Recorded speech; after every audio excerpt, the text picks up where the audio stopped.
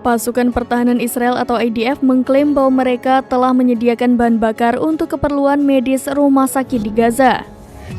Pihaknya menuturkan bahan bakar tersebut untuk keperluan medis mendesak di Rumah Sakit Al-Shifa, Gaza.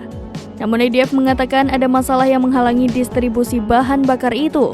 Menilik unggahan X-IDF pada Senin 13 November 2023, pihaknya mengklaim menyiapkan 300 liter bahan bakar. Pasukan IDF bahkan menyebut mempertaruhkan nyawa mereka untuk mendistribusikan bahan bakar itu. Namun bahan bakar tersebut tak sampai ke tujuan lantaran ada pihak yang menghalangi. Disebutkan IDF, CIO Kementerian Kesehatan Yosef Aburis lah yang melarangnya. IDF bahkan merilis rekaman suara yang disebutnya merupakan percakapan telepon antara seorang koordinator dengan pejabat senior di sistem kesehatan Gaza.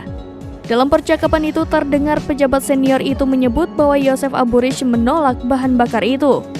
Pejabat senior itu lantas mengatakan bahwa dirinya berusaha untuk menasihati Aburis.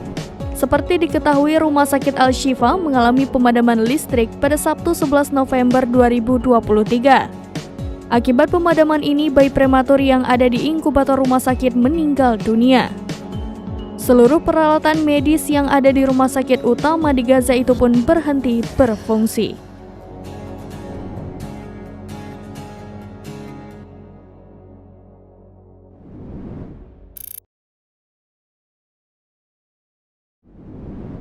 Download Tribun X sekarang, menghadirkan lokal menjadi Indonesia.